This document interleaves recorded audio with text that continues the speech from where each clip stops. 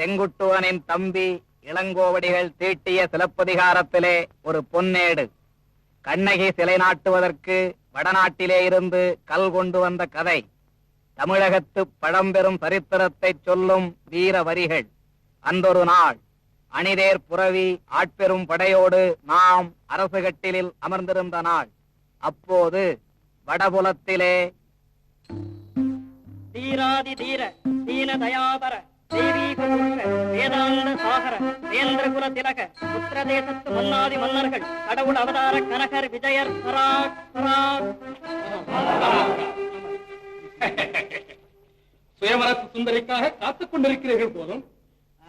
ஆமாம், நீங்கள் இருவருமே வந்து விட்டீர்களே. சுயவர போட்டியில் உங்களில் ஒருவர் ஜெயித்து விட்டார். அந்த பெண்ணை நீங்கள் இருவரும் எப்படி பங்கு போட்டுக் கொள்வது? பிறகு போராட்டம் தான். யாரப்பா நீ? என்ன பேசுகிறாய்? தமிழ், செந்தமிழ், உலகத்தோடு பிறந்த தமிழ், கல் தோன்றி மண் தோன்றா காலத்தே முன் தோன்றி மூத்த தமிழ். சுயம்பர மண்டபத்தில் உனக்கு என்ன வேலை? விசித்திரமான கேள்வி வேந்தரே. சுயம்பர மண்டபத்தில் வயதான உங்களுக்குத்தான் வேலை, வாலிபர்களாகி என் போன்றவர்களுக்கு வேலை இல்லை என்பது. குறும்பு தேவையில்லை. நீ யார் என்று கூறு. நான் ஒரு தமிழ் புலவன். வடநாட்டு யாத்திரை வந்தேன். புலவனா?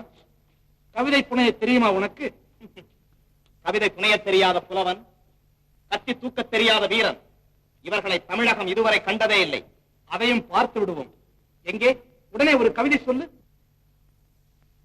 கங்கை நதி தீரத்திலே போராடினான் தமிழன், காவிரியின் ஓரத்திலே புகழ் பாடினான். பொங்குகடல் அத்தனையும் கட்டி ஆண்டான் தமிழன், பூதலத்தில் மேலவன் உலகம் போற்ற. நிறுத்து நிறுத்து நிறுத்தும் போல் இவனே இமயத்தின் நெற்றியிலே உமது மன்னர் புலி வில் கயல் சின்னங்களை பொறித்த போது எம்புவரும் மன்னர் ஈங்கில்லை போல். காவா நாவில் கனகனும் விசயனும் இருந்த மன்னர் தம்முடன் கூடி அரும் தமிழ் ஆற்றல் அறிந்தலராகி செப்பிய மொழிகளை சேரனு புலர்த்துவேன். சுவையான கதை என்று சொல்லுங்களத்தான். சொல்லட்டுமா? சோழன் மகளை சேரன் மணந்தான். சேரனுக்கு ஓர் செல்வன் பிறந்தான். செல்வன் இந்த சிலையை மணந்தான். தெரிந்த கதைதானே இது? நடந்த கதை கூட. நடக்காத கதை என்று சொல்லுங்களத்தான். சுவைக்காது கண்ணே அது. காதல் கதை ஒன்று. ஆஹா, இதோ புறநானூற்றில். போதும், வீரக்கதைதானே? வீரத்தை மணந்த காதல் கதை. தந்தையையும் கணவனையும் போரிலே பலி கொடுத்த பெண் ஒருத்தி தன் மகனையும் போருக்கு அனுப்பிய புறக்காட்சி வேண்மாள். கொஞ்சம் கேளேன், நானே எழுதியிருக்கிறேன் புதிய நடையில்.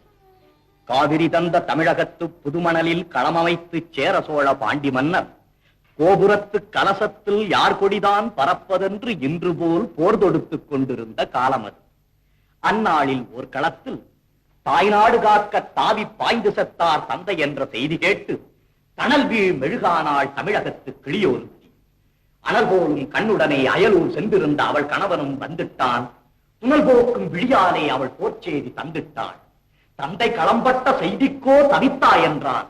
இல்லை என்பா, முல்லை சூழ் இந்நாட்டு படையிலோர் வீரர் குறைந்திட்டால் நல்ல உடையிலோர் கிழிசல் வந்தது போலன்றோ. இனி தடையின்றி நுழைவரே பகைவர் என எண்ணினேன், அடைபட்ட கண்ணீர் அணையுடைத்ததான் என்றாள். அவன் புகைவிட்டு கிளம்பும் ஒரு புலியென, புகைவிட்டு குமுறும் எரிமலை என, பகைவெட்டி சாய்க்கும் வாளெடுத்தான், சூளுரைத்தான், சுடர்முகம் தூக்கினான், சுக்கு 100 தான் சூழ்ந்து வரும் பகை என்றான். நாடு மீட்காமல் வீடு திரும்பேன் என்றான். நங்கையோ நகை முழக்கம் செய்து நடந்திடுக கண்ணே என்றாள்.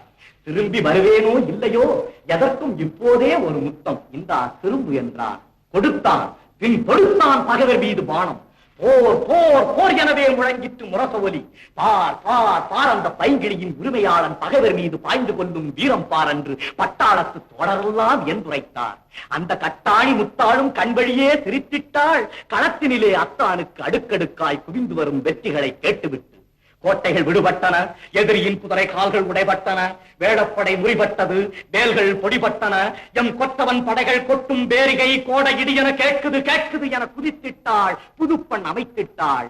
வீரர்கள் வந்தனர். வெற்றி உன் கணவனுக்கே என்றனர். வேந்தனின் தூதுவர் வந்தனர். வாழ்த்துக்கள் வழங்கினர். வீட்டோரத்து தோழிகள் வந்தனர். வெற்றி நீட்டோரை வாசித்து மகிழ்ந்தனர்.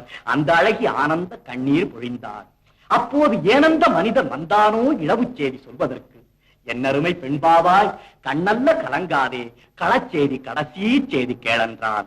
அந்தோ மாவிலை தோரணம் கட்டி மணவிழா மேடை தன்னில் வாழ்விலே ஒன்றானோம் என்று சொன்ன கண்ணாளன் மார்பிலே வேல் தாங்கி நல்ல சாதிலே வீழ்ந்து விட்டான்.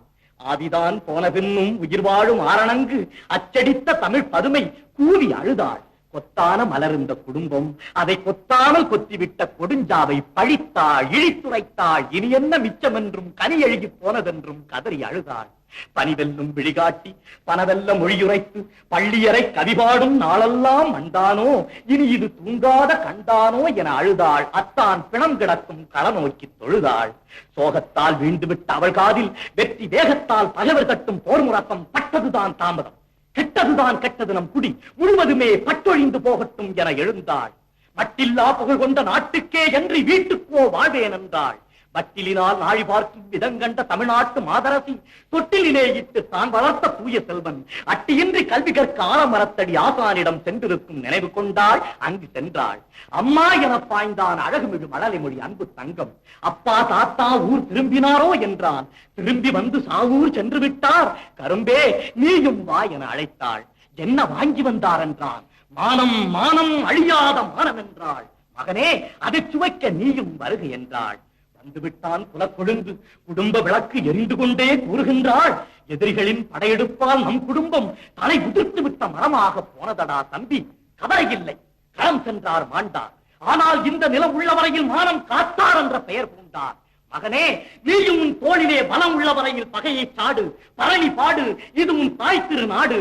உடனே ஓடு என தாவி அணைத்து தளிர் மகன் தன்னை சீவி முடித்து சிங்காரித்து ரத்த காவி படிந்த வாழ் கொடுத்து சென்று வா மகனே செருமுனை நோக்கி என வாழ்த்திவிட்ட திருவிடத்து காட்சி தன்னை போற்றி பாடாதார் உண்டோ திருமகளே இப்பூவுலகில்? உண்டு உண்டு. என்ன அந்த உண்டு கொடுத்தவர் உண்டு உத்தமா?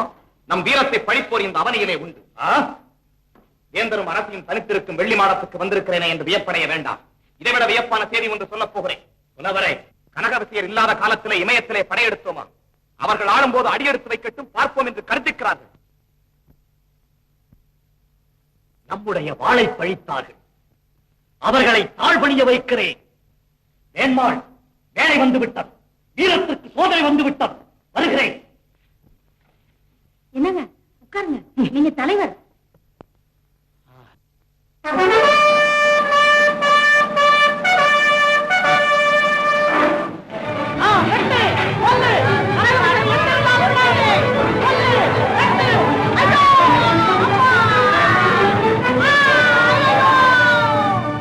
இல்லவா, வெற்றி முழங்கும் இந்த இடத்திற்கு பெயர் என்ன?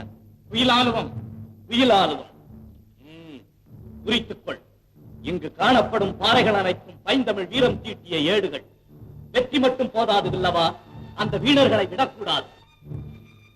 மன்னவா, தமிழகம் திரும்ப வேண்டாமா? புறப்பட்டு 32 திங்கள் ஆகின்றனவே. புறப்படுவோம் இல்லவா? அதற்குள் கண்ணகிக்கு சிலை நாட்டை இங்கு கல்லெடுக்க வேண்டும் அல்லவா? ஆமாம், அந்த கல்லை சுமப்பதற்கு சரியான எருதுகள் கிடைத்து விட்டன. கனக விசையா, தமிழரின் வீரத்தின் மீது வீசினாய் ஒரு சொல், இப்போது தூக்கு கல்.